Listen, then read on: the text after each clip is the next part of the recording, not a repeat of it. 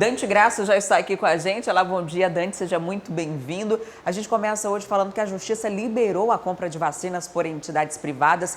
Antes, essas empresas podiam adquirir os imunizantes, mas precisavam doar ao SUS. Você comprava, né? Mas metade do que você comprava tinha que ser doado ao SUS e precisava de uma autorização para compra, né? O que muda? Como que fica agora esse processo? Pois é, Adriane, bom dia, Manuel e todos e todas que nos acompanham aí agora nessa manhã. O grande reflexo dessa decisão aí, pensando no Brasil como um todo, é a margem que se abre, né? A gente teve essa decisão, ela é específica, foi tomada pelo juiz federal da 21ª Vara de Brasília, Vara Federal de Brasília, Rolando Espanholo, e atende a pedidos de delegados de São Paulo, do Sindicato de Delegados de São Paulo, dos servidores da Assembleia Legislativa de Minas Gerais e também da Associação de Turismo, né, de pessoal que recebe ali os turistas lá do próprio Distrito Federal. E elas pedem para comprar e o juiz considerou que o artigo, que aquela norma que determina que as vacinas precisam ser doadas para o SUS enquanto não houver todo o grupo prioritário vacinado, ele considerou inconstitucional. Ele considerou que ela viola o direito à saúde, né, o direito fundamental à saúde, e por isso decidiu favoravelmente ao pedido aí desses três grupos, né? Ainda não tem essa decisão, ela pode ser recorrida, né? O Ministério Público Federal, quem julgar de direito, o próprio governo federal, o AGU, podem recorrer dessa situação, mas ela traz uma consequência imediata de que a gente deve ver aí nos próximos dias diversas ações de empresas privadas e bem maiores, né? Porque essas são grupos menores, são grupos mais específicos, e certamente grandes empresas, grupos empresariais que já vinham pressionando ali o Congresso Nacional para que houvesse uma mudança nessa lei. A gente lembrou aqui que teve uma reunião no meio dessa semana ali com os parlamentares e governadores. Nessa reunião, o presidente do Senado, Rodrigo Pacheco, de Minas Gerais, ele já era o emissário de algumas empresas, já querendo que o governo flexibilizasse essa questão da compra das vacinas. E essa decisão ela vem num contexto, ela é tomada um dia depois de que uma denúncia lá em Minas Gerais também, né, de que empresários haviam exportado, não se sabe como ainda, né, a PF está investigando, haviam exportado doses da Pfizer, né, da vacina da Pfizer, que já tem autorização para ser usada no Brasil, mas que ainda não foi comprada pelo governo federal, ainda não chegou. A gente tem até imagens aí dessa vacinação, imagens feitas por denunciantes. Então, ela vem nesse contexto aí de uma furada de fila, né?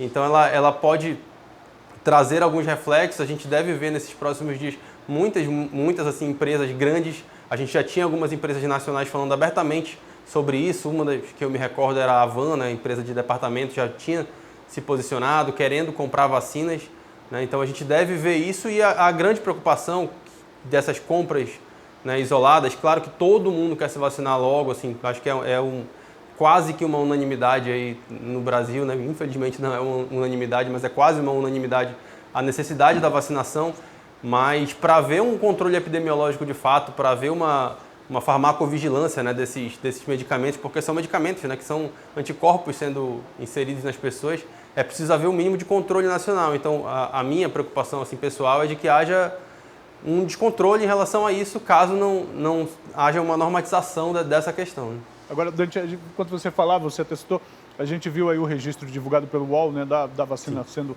administrada lá em Minas Gerais.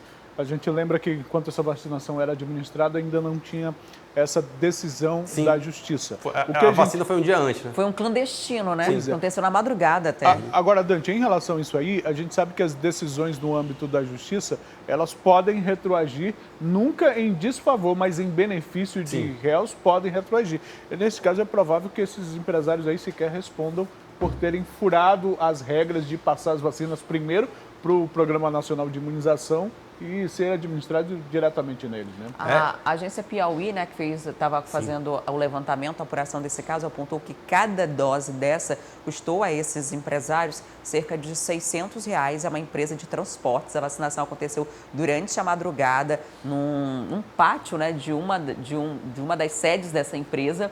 E o estado daqui do Amazonas estava comprando em torno de $10 a Sputnik, é isso? Perto de $13 ali. $13 mais ou menos.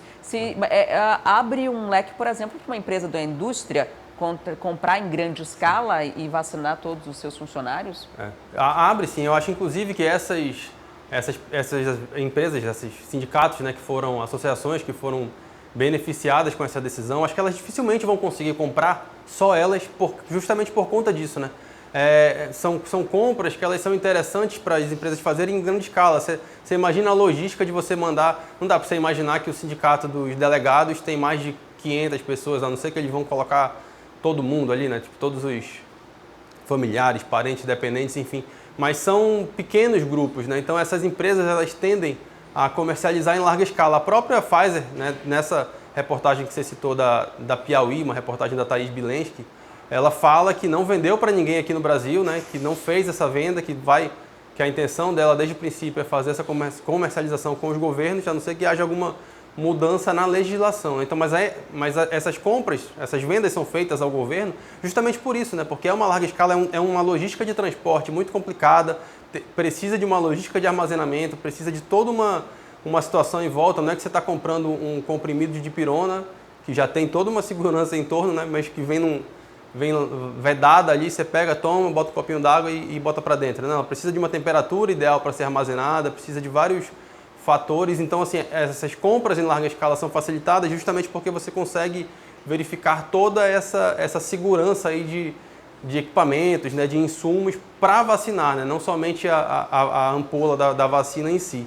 Então, falando em empresas que têm interesse de comprar, a FIAN já manifestou esse interesse aqui, mas em outro contexto, né, antes da aprovação dessa lei. Então a gente vai até ficar acompanhando, tentar aí nesses dias, ao longo desse dia no Acritica.com, ficar por dentro de se a FIAN já vai aproveitar para entrar com alguma ação em relação a isso, né, aproveitando dessa brecha legal que foi aberta, né, porque aí sim, por exemplo, umas empresas do Distrito Industrial unidas, elas conseguem uma larga escala, né, mas lembrando, é importante que todo esse tipo de situação de aplicação de vacina seja feito em acordo, minimamente em conversas para ter um acompanhamento epidemiológico, né? Porque a gente não precisa de pequenos pontos isolados de imunidade, né? Ela precisa ser coletiva, né? A gente precisa de uma imunidade coletiva e é isso que está se buscando agora no Brasil.